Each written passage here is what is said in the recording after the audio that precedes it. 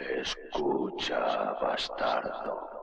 Volvemos a enfrentarnos, pero no me echarás de aquí.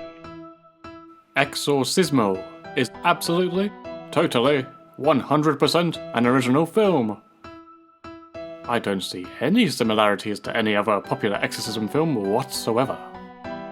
Alright, enough of my facetious bull hockey.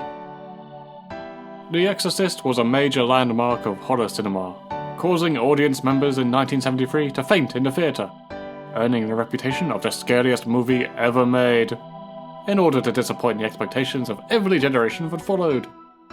But really, not only was the film genuinely shocking and expertly crafted, but it legitimized the genre in the eyes of the mainstream in a way that very few horrors ever have. It is less shocking, then, that others would want to capitalize on its success. We are rather accustomed to Italy's string of rip-offs and imitations in this era. But today's feature comes from Spain.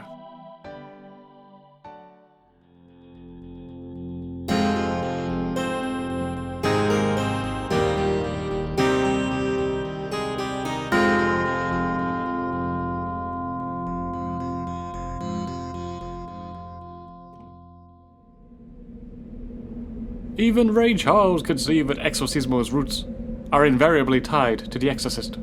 But there's no need to shake your tail feathers into a ruffled frenzy just yet. It's not a scene-for-scene remake by any means. Sure, the plot naturally concerns a daughter of the family, whose increasingly erratic behaviour is suspected to be born from demonic machinations. And there's a priest who strives to ease the crisis. And then there's an inevitable confrontation between the two in the girl's darkened bedroom. But within that borrowed template, the Spanish rendition splices in enough details of its own, and rearranges certain famous moments to keep them fresh, and adds a higher body count throughout to boot.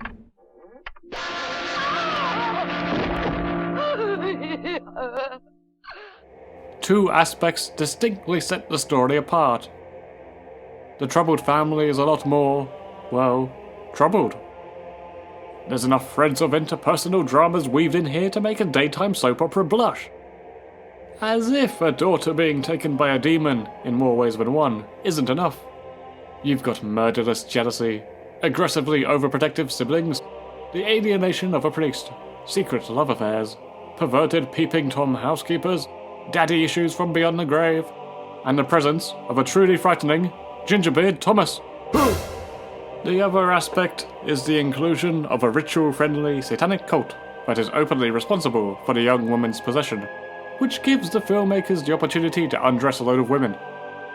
Frankly, I'd prefer they were clothed, based off of the red number that this witch is wearing. Evil never looks so good. Having said that, the priest ain't no stranger to a holy catwalk or two. His styles range from classic priest, colourful priest, and my personal favourite, hobbit priest. This priest is named Father Dunning, and is played by Paul Naschy, an icon of Spanish horror, not to be confused with Paul Nasher. I have not seen as much of his work as I should like, but he is renowned for his various interpretations of gothic monsters, most famously playing werewolves. In Exorcismo, his portrayal of Father Dunning is respectable and well-mannered. He's a comforting presence and easy to root for. Mercedes Molina plays Layla, the possessed character. It's maybe unfair to compare her to Linda Blair, but she still manages to serviceably carry off both the innocent side to the character and the tempestuous, tempting villain. It's especially impressive for a debut acting performance.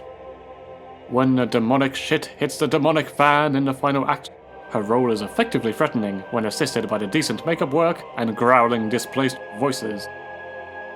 The real failing of this character, and this version of the story, if we could be so harsh to label it a failing, is that Layla is much older than Regan.